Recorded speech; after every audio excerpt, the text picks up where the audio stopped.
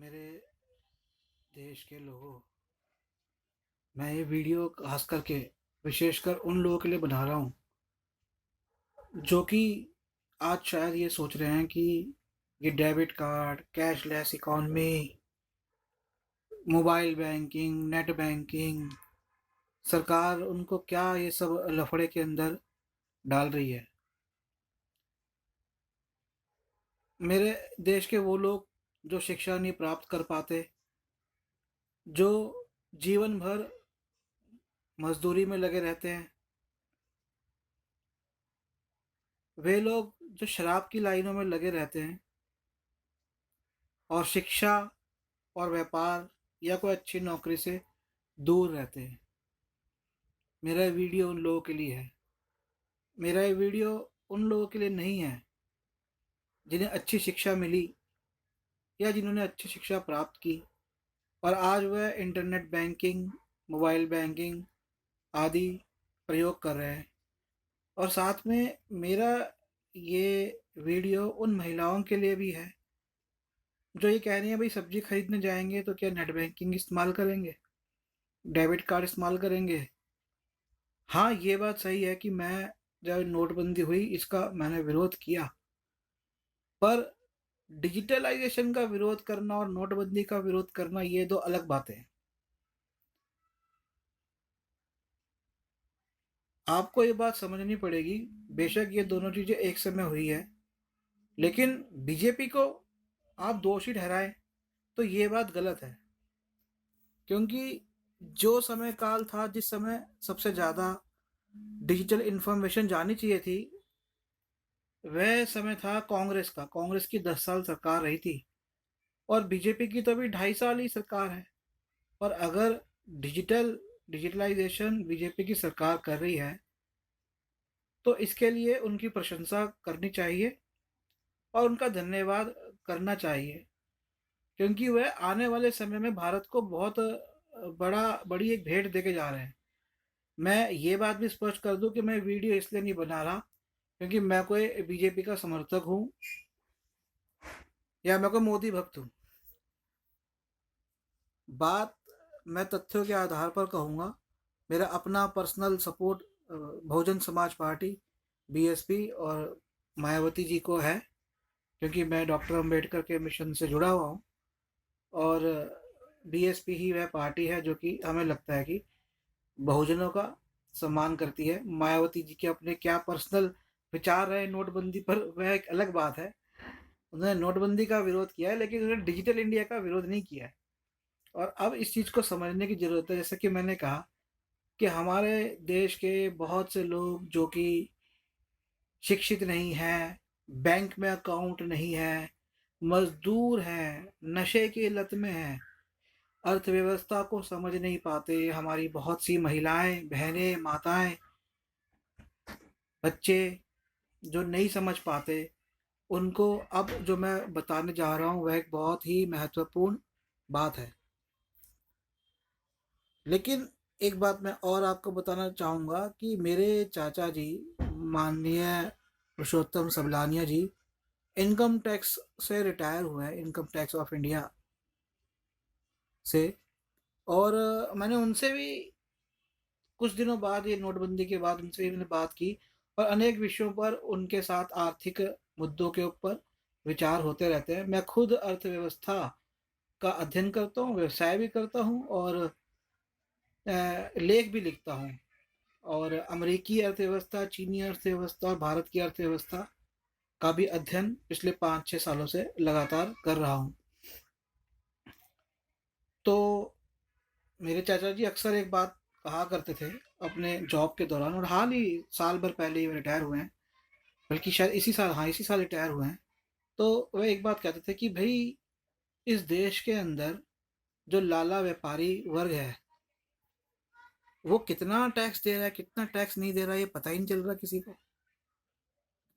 पूंजी तो एक छोटे दुकानदार से लेके सब्जी वाले तक बहुत अच्छी सी जा रही है, पर टैक्स कितना जा रहा है गवर्नमेंट को, इसका कुछ पता ही नहीं चल रहा। इनके छोटे से लेके बड़े व्यापारियों तक की बड़ी बड़ी कोठियां खड़ी हो रही है। इनके एक दुकान से 10 दुकानें बन रही है। पर हमारा देश जो है वो थोड़े थोड़े पैसे के लिए बाकी देशों का मोहताज हो जाता है, अमीर देशों का। और दूसरी बात ये कि हमारे देश के अंदर कभी भी श्रमिक को, मजदूर को, चाहे वह पढ़ा लिखा हो चाहे अनपढ़ हो, उसे बहुत कम सैलरी मिलती है। आपको पता होगा कि सरकारी नौकरियों में भी जहाँ कॉन्ट्रैक्ट आ गया है, तो कॉन्ट्रैक्टर के द्वारा जो लोग लग रहे हैं उनको भी पूरी तनख्वाह नहीं मिल रही। आप चाहे सब्जी बेच रहे हो, चाहे एक गड्ढा खोदने का काम कर रहे हो, चाहे आप खेती में मजदूरी कर रहे हो, देखिए सरकार की योजनाओं में कितनी सारी योजनाएं आती हैं जिसके अंदर जितनी मिलनी चाहिए मजदूरी, वो मजदूरी नहीं मिलती, दिहाड़ी नहीं बन पाती। अभी दिल्ली सरकार ने कहा है कि अनस्किल्ड लेबर, मतलब जिसको कोई भी काम नहीं आता, अगर वो भी कोई काम करता है तो उसको आपको 15,000 रुपया महीना कम से कम देना है। पर बहुत लोग यहाँ 5 से 6 हजार, 8 हजार, 9 हजार के अंदर काम कर रहे हैं। तो देश में सरकार के पास आंकड़ा ही नहीं जा रहा कि कितने लोग 15 हजार से नीचे महीने के हिसाब से काम कर रहे हैं। सरकार किसको कितना दे रही है, कितना उसके पास जा रहा है, सरकार को पता नहीं चल रहा। आप मजदूरी करते हो 8 हजार, 10 हजार रुपये महीना, तो आपको कैश पकड़ा दिया जाता है, नोट जिसे कहते हैं, कागज के नोट। क्यों जी? आपका बैंक अकाउंट होना चाहिए। हर व्यापारी को पहले अपने यहाँ पे काम करने वाले मजदूर का बैंक अकाउंट खुलवाना चाहिए और डायरेक्ट उसके अकाउंट में पैसे डालने चाहिए। और ये बात निर्धारित करनी चाहिए कि ये अकाउंट उसी व्यक्ति का है जो कि उसके वहाँ काम कर रहा है। तो जहाँ पर 15 हजार रुपया कम से कम तनख्वाह मिलनी चाहिए, वहाँ 10 हजार मिल रही है, तो पता लगेगा गवर्नमेंट को कि कौन सा व्यापारी जो है, हो सकता है कि आपको 10 हजार देता हो और आगे शो करता हो 15 हजार, 18 हजार, 19 हजार।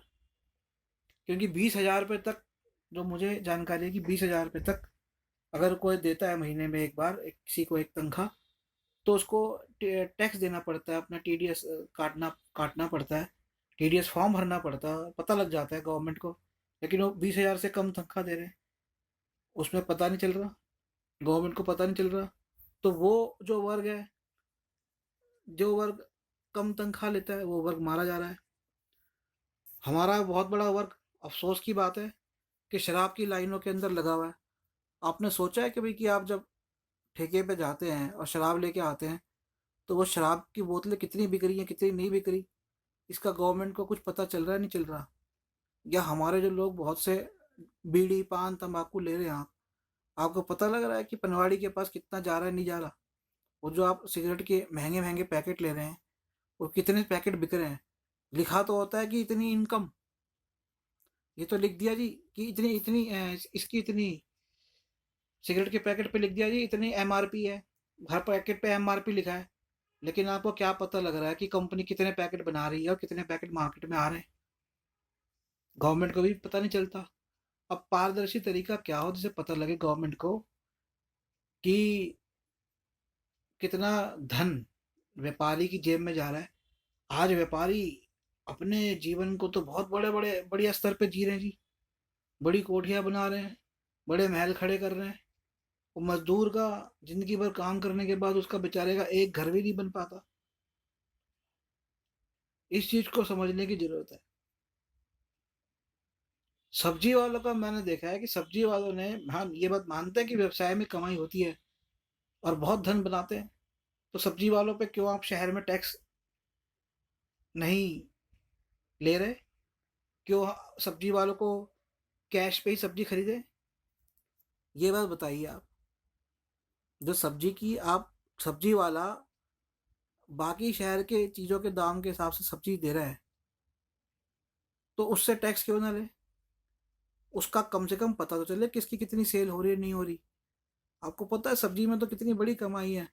डेली की सब्जी अलग बिकती है, शादी ब्याहों के टेंडर अलग होते हैं, पार्टियों के टेंडर अलग होते हैं, कैंटीनों के टेंडर अलग होते हैं।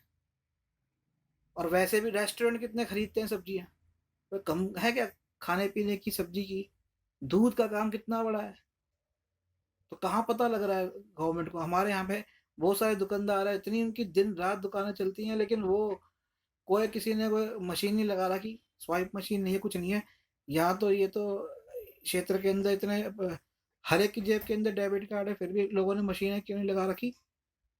एक से मैंने बात करी, कहता मेरा तो करंट अकाउंट ही नहीं है, और दिन रात उसकी दुकान चल रही है, करंट अकाउंट ही नहीं है, वो अकाउंट में पैसे नहीं आ रहे, गवर्नमेंट को पता ही नहीं चल रहा कि कितने आ रहे, जा रहे हैं, जेब से लोगों के कितने नहीं जा रहे, व्यापारी की जेब में कितने आ रहे हैं, कितने नहीं आ रहे। लोग तरक्की करें, कोई बुरी बात नहीं है, लेकिन जो इनकम टैक्स सिस्टम बना हुआ है वो सिस्टम इसीलिए है कि धन आए। प्रॉब्लम ये है कि इनकम टैक्स का कर्मचारी भी जब जाता है तो छापा मारने जाता है और रिश्वत खा के आ जाता है। तो धन की पारदर्शिता होना, पारदर्शिता मतलब सफाई, साफ तरीके से धन का पता लगना बहुत आवश्यक है। और net banking, debit card, credit card तो खैर हर एक को नहीं मिलते, बट कम से कम आप अपने बैंक में, आपके बैंक में पैसा है, आप सबको, मेरे भारत के सब लोगों को ये गुजारिश है कि सब अपना अकाउंट खोलें बैंक में और कार्ड रखें। डेबिट कार्ड हर एक को मिलता है, मोबाइल बैंकिंग है बड़े आसान तरीके से, डेबिट कार्ड तो बहुत ही आसान है, और थोड़ा बहुत इंटरनेट चलाना सीखें।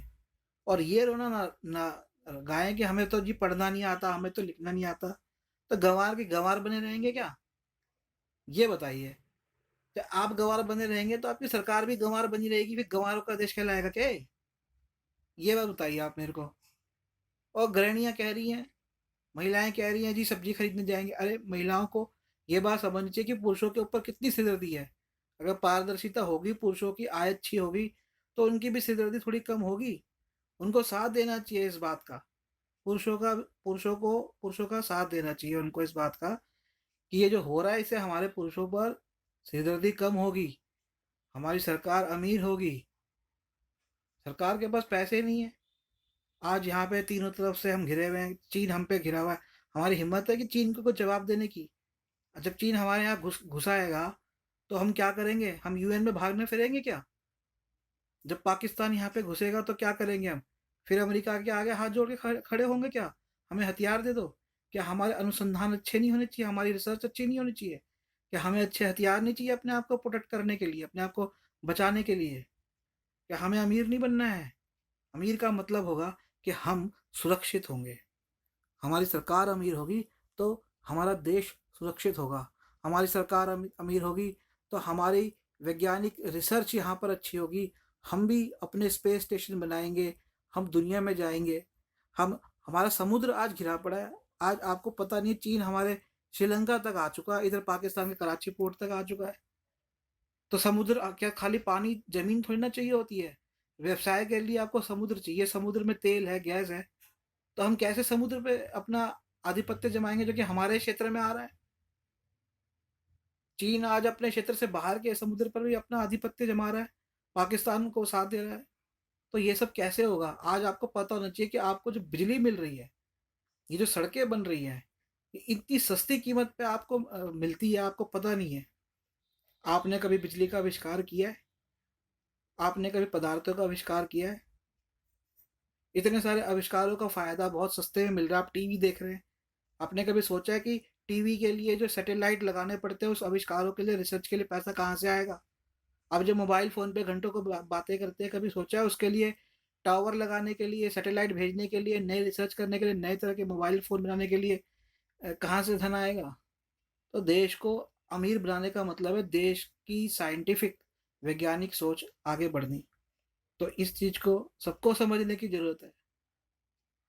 तो बीजेपी सरकार ने जो किया है बहुत अच्छा किया, मोदी जी ने किया बहुत अच्छा किया। हाँ ये बात जरूर है कि बेरोजगारी फैलेगी भाई। अब जो लाला बढ़िया, बढ़िया मतलब कोई जाति से भी नहीं ले रहा, जो व्यवसायी है, भारत व्यवसायी को अधिकांशतः बढ़िया बोलते हैं, वो जो 8-10 हज़ार में हमारे मजदूर को लपेट रहा था, अब वो नहीं लपेटेगा ना। पारदर्शिता आएगी ना भाई। अब गवर्नमेंट को चाहिए कि ये बात जरूरी कर दे कि भाई कोई भी सैलरी किसी भी तरह की डायरेक्ट कैश नहीं होगी, सीधा बैंक में होगी। और हर एम्प्लॉय का करंट अकाउंट कैश, एक दुकानदार पे, एक छोटा मजदूर, एक चाय की दुकान का मजदूर भी हो, किसी को भी कैश पेमेंट बिल्कुल भी ना करें, सबका अकाउंट खुलवाना जरूरी हो। और पता लगे, और सैलरी स्पेशल अकाउंट हो। अकाउंट्स भी बैंकों का, अब हमारा जो विस्तार है, हमें अपने बैंकों का भी विस्तार करना होगा। अलग अलग तरह के अकाउंट होने चाहिए, व्यवसायी का अलग अकाउंट हो। हालांकि ऑप्शन होता है ये, लेकिन करंट और सेविंग में चल रहा है सब कुछ। नहीं, सैलरी अकाउंट है लेकिन एक प्रॉपर उसका और अच्छे से पता लगे, और वो सैलरी अकाउंट बैंक वाले खोल के दे, कंपलसरी कर दे जी। हर एक को अपने यहाँ पे जो सैलरी अकाउंट है वो खुलवाना है, और पता लगे कि भाई कितने कितनी सैलरी दी जा रही है, कितने लोग हैं। और आधार कार्ड बहुत जरूरी है, जिन्होंने नहीं बनवाया वही बनवाए, बहुत जरूरी है। प्रॉपर्टी खरीदेंगे तो आधार कार्ड के आपकी आंखें और जो आपकी उंगलियों के निशान आएंगे, तो 1 मिनट में कंप्यूटर बताएगा जी इस आदमी की, जिसके ये निशान है, ये फला आदमी है, इसकी इतनी प्रॉपर्टी है। ये चीज करें। प्रॉपर्टियां खरीदने के लिए आपके इनकम टैक्स रिटर्न भरना, कार खरीदने के लिए इनकम टैक्स रिटर्न भरना, ये सब चीजें जरूर करें। हाँ, ये भी मैं गवर्नमेंट के लोग देख रहे हैं तो ये भी कहूँगा कि इनकम टैक्स भी कम करिए, ताकि ज़्यादा से ज़्यादा लोग इनकम टैक्स भरें, और छुपाए नहीं। आप 10 से 15% से ज़्यादा इनकम टैक्स ना रखें। और विदेशी कंपनियां हैं तो उन पे और कम टैक्स रखें, क्योंकि उनको कई बार अपने देशों में भी टैक्स देना होता है। विदेशी कलाकारों पे, विदेशी खिलाड़ियों पे टैक्स ना ही रखें तो अच्छा है, थोड़ा रखें। पर जैसे जैसे ज़्यादा से ज़्यादा लोग पारदर्शिता में आएंगे तो टैक्स ऑटोमेटिकली कम होगा, और अर्निंग भी गवर्नमेंट की बढ़ेगी। तो मेरे वो लोग देश के जो कि अशिक्षित हैं, जो कि, अच्छा एक चीज़ और मैं बताना चाहूँगा कि जो टीवी चैनलों के ऊपर जा सुने, लेकिन कोई राय ना बनाए। कुछ टीवी चैनल कांग्रेस के द्वारा चलाए होते हैं, कुछ टीवी चैनल बीजेपी के, कुछ समाजवादी पार्टी के, जो नॉर्थ इंडिया में, साउथ इंडिया में या पंजाब में वहाँ के अकालियों द्वारा चलाए हुए टीवी चैनल होते हैं। हर जगह पॉलिटिकल पार्टी वाले, वो जमीन भी चाहिए, वोट भी चाहिए, मीडिया भी चाहिए, पैसा भी चाहिए। क्या करे कि भूख बहुत ज़्यादा है इंसान की, तो उसको जीना होता है, कई कई हजार साल का जीवन है, तो वो उससे रहा नहीं जाता, तो उसको सब कुछ चाहिए। तो हमारे कोई राजनीतिज्ञ भी ऐसे हैं कि उनको सब कुछ चाहिए, बहुत ज़्यादा चाहिए। लेकिन हो सकता है कि कुछ राजनीतिज्ञ अच्छे हैं जो कि अच्छे कदम उठाते हैं, तो उनकी बातों की तरफ ध्यान देने की ज़रूरत है। और डिजिटल इंडिया की तरफ जाइए। ये एक स्वर्णिम समय है। ये समय, परेशान हैं सब हैं, लेकिन इस समय का उपयोग उठाइए। कांग्रेस ने 60 सालों तक बहुत बेवकूफ़ बनाया, ये बात को ध्यान रखिए, इसमें कोई दो राय नहीं है। आज राहुल गांधी कह रहे हैं पेटीएम पेटू मोदी है, क्योंकि शायद पेटू आर नहीं है, पेटू राहुल गांधी नहीं है। लेकिन ये वाद विवादों में फंसने की बजाय आप आम भारतीय, निम्न आय का भारतीय, अशिक्षित भारतीय समझे कि हम गंवार के गंवार नहीं रहेंगे। हमें एक मौका मिल रहा है जिससे कि कम से कम पता लग रहा है सरकार को, भाई मैं इतना कमाता हूँ, फला व्यवसायी है इसका इतना कमाता है, क्या हिसाब किताब है। उसका पहली बार मौका, आज व्यवसायी रो रहा है, रो रहा है। उसकी कोठियां बनी पड़ी हैं, महल खड़े हुए हैं, सोने चांदी में उनकी महिलाएं जो हैं डूबी हुई हैं, फिर भी रो रहे हैं वो क्यों रो रहे हैं? वो रो रहे हैं क्योंकि उनकी इनकम पता लग रही है, उनका जो काला धन वो बनाते हैं, वो स्रोत जो था उनका कैश का, रुपए का स्रोत, वो रुपए का स्रोत खत्म हुआ हो रहा है। उनको अब समझ में आ रहा है कि सरकार उनके खिलाफ खड़ी है, सरकार पारदर्शिता बनाने के लिए खड़ी है, इसलिए और हो रहा है। और रोएगा और चिल्लाएगा, क्योंकि भाई जिसको लालच आ चुका हो, बेचारा हमारा मजदूर आज मैं देख रहा है एक जगह, गाड़ी पार्किंग वाला बेचारा, को बिहार का आदमी है, दिल्ली में आया हुआ, तो धूप में कभी आगे हो रहा, कभी पीछे हो रहा, कभी आगे हो रहा, पीछे हो रहा। 12 साढ़े 12 बजे की बात है, और मैं उसे बहुत देर से देख रहा, मैं खड़ा हुआ था, मैंने पार्किंग नहीं करी, मैंने लगाई नहीं थी। फिर वो कुछ सोच के, हालांकि मैं खड़ा था, मेरे को पार्किंग में कुछ सोच के आया, कह रहा है कि आप पैसे दे दीजिएगा, कि आपने यहाँ खड़ी कर रखी है पार्किंग की जगह। मैंने कहा चलो मैं दे दूंगा, कोई बात नहीं। मैंने उसे 20 रुपए दिए और उसने लेके सिर पे लगाए। तो एक आदमी इतनी मेहनत कर रहा है, दिन रात धूप में जा रहा है। ऐसे ही हमारे देश में बेचारे जो लोग पढ़े लिखे नहीं है, कोई गड्ढा खोद रहा है, कोई कहाँ मजदूरी कर रहा है, कोई कहाँ कर रहा है, कोई भट्टियों में कोयले की भट्टियों में तड़प रहा है, कोई लोहे की भट्टियों में तड़प रहा है।